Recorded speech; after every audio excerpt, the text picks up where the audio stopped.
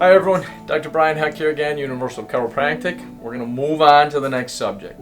Hopefully you're getting all the information so far. I follow the KISS rule, keep it simple, you know what. So because there's no need to go into a lot of complex detail. If you want that, trust me, I'm kind of a nerd and a geek at heart, and I love talking about those things. Come on in. I'll happily go into extensive detail about why I feel the way I do about different things. But for now, we're going to start talking about supplementation. So this is the big thing right now. Supplementation. What can I take that's going to help boost my immune system? First things first.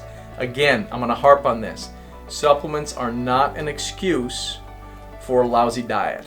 I don't know if any of you know Jim Fixx. He was a runner back in the day, had a history of heart disease, but figured because he ran so much on a daily basis, his heart was strong, so it would offset the poor diet he had. It didn't work. So this is no excuse. I'm not telling you to be perfect. We live in Buffalo. The food here is great. I like beer. I like pizza and wings too. I don't eat them every day. So supplements are not an excuse to go crazy and eat anything you want. It's just a supplement. It's a supportive thing to add to hopefully an already decent diet. So where do I start? The first thing you need to understand is not all supplements are created equal. There's something to be considered, or we talk about, it's called bioavailability. So what that means is I can take a supplement, swallow it into my stomach. Now again, remember, we've talked about this. It is not yet into my body. It needs to be broken down by my stomach, my small intestine, my large intestine, and then the body will absorb the micronutrients that it needs. Some supplements are not bioavailable. They cannot be broken down because it is just like a rock with binders and different things in it. There have been studies where people have had ultrasounds, people have had x-rays, and they see their supplement just like it was in the bottle, traveling through their intestines, never broken down, never digested. That is why we chose Standard Process. There's a lot of good supplements out there. I'm not saying there aren't others. We made the choice at the office to use Standard Process. Standard Process is a whole food based supplement. It is extremely bioavailable because it is whole food. It is digested and absorbed just like foods are. So it's just adding different components that may be lacking in your diet. Now, the next thing to consider is foods are not what they were 40 or 50 years ago. They don't rotate the crops. I grew up in the country. I grew up on farms. They used to rotate fields and would not plant certain areas every other year or every third year to try and allow that field to regenerate some of the micronutrients, and they would refertilize it and everything to when they did plant it, there was more nutrition in the crops that they grew. That doesn't happen as much anymore. So the nutritional value of some of the foods, not all, some of the foods that we eat and we get at a supermarket is not what it used to be. So it is harder and harder, unfortunately, today to get the full nutritional value that you need just from diet alone. Do you need to supplement with 50 different things? No. Eat a good quality diet, eat your fruits and vegetables, and you'll be okay. So where do you start? For me, again, we need to support and decrease the inflammation and start on a basic level. So the first thing we need to do is support that diet.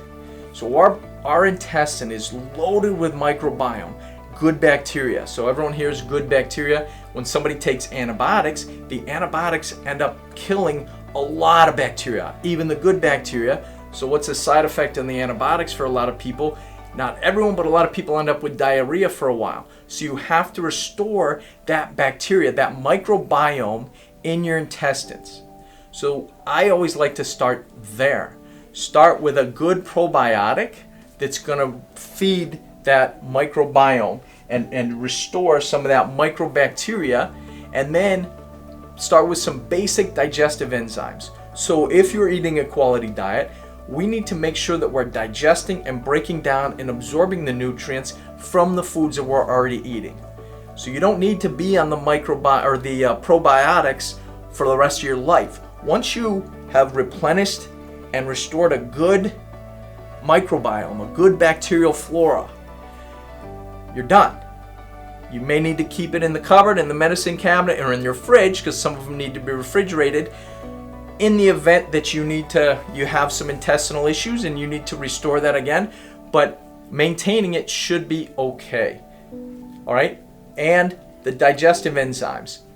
There's certain foods that contain digestive enzymes, pineapples, different things. So all these digestive enzymes, they help our body break down different foods, lipase, amylase, so that it can be broken down to a cellular level and a micronutrient that can pass into our cells and be used for rebuilding, repair, and everything that goes on a daily basis that we don't even think about.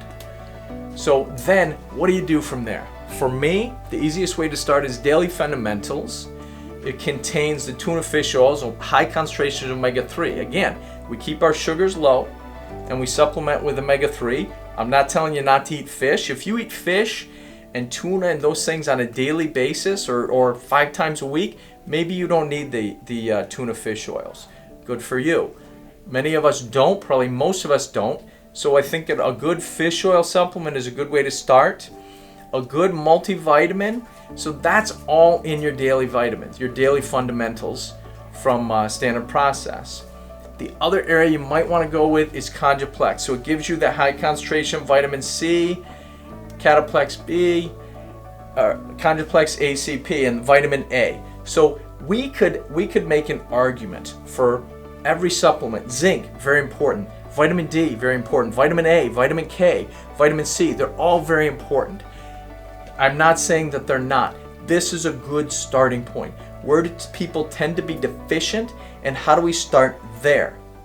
So what do you do from there? If you still feel you need more, come in, do a system survey.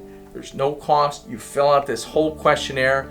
We do everything with Standard Process, and it kind of gives us an idea of where you may be lacking, looking at your diet, looking at your system survey, what's going on in your body.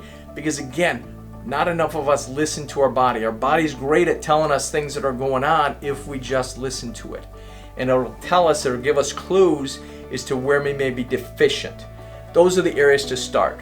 There's a bunch of MediHerb products by Standard Process that you don't need on a daily basis. Echinacea, different things. Thymex, supporting our thymus gland. Our thymus gland is key. And when you get to my age, the thing is shriveled up and is small. So Thymex may reboost that and build it up so that we can fight off some of these things a little better. But starting with, on a cellular level, not a whole system level, on a cellular level, supporting the cells is key. And again, I harp on the fish oils. There's so many benefits. But what you need to understand is salad dressing. I tell this to patients all the time. Oil and water do not mix. Anyone that likes Italian dressing understands this. You have to shake it up. If it sets for a while, it separates out. The fat comes to the top, the water's on the bottom. That is how our cells in our body function. Every cell in our body, the 70 trillion, has a fat or a lipid layer that is the cell wall that our body recognizes as itself, and that keeps the water inside the cell separate from the water and the next cell and the next cell and the next cell. So maintaining that structure is key, and maintaining our water is key. So omega-3s, either get them through diet or supplement. That's the basic starting point. You can carry the vitamin C, the zinc, and the vitamin D on a case-by-case basis. There's a lot of studies that show vitamin C, high ascorbic acid, it'll lower the pH of your blood a little bit to an acidic level, which viruses and bacteria don't like, and that's why sometimes there's some benefit possibly to increasing your vitamin C intake during, when you're not feeling quite 100%, and allowing it to boost that out. There's not necessarily a need to megadose, but I always bring up with patients, what is a megadose? We don't know. The RDA is set by the FDA, the recommended daily allowance of vitamin C or zinc or selenium or calcium, magnesium, any of them. Many of them are based on the amount that is needed not to develop a disease. Okay? It's not the amount that is needed to function optimally. I don't know what that amount is. It is impossible to tell for sure what that amount is, so I understand. but listen to your body. You don't need to megadose all the time, but sometimes your body may need more of certain things than others. A good diet, start with the daily fundamentals, and major Chondroplex ACP.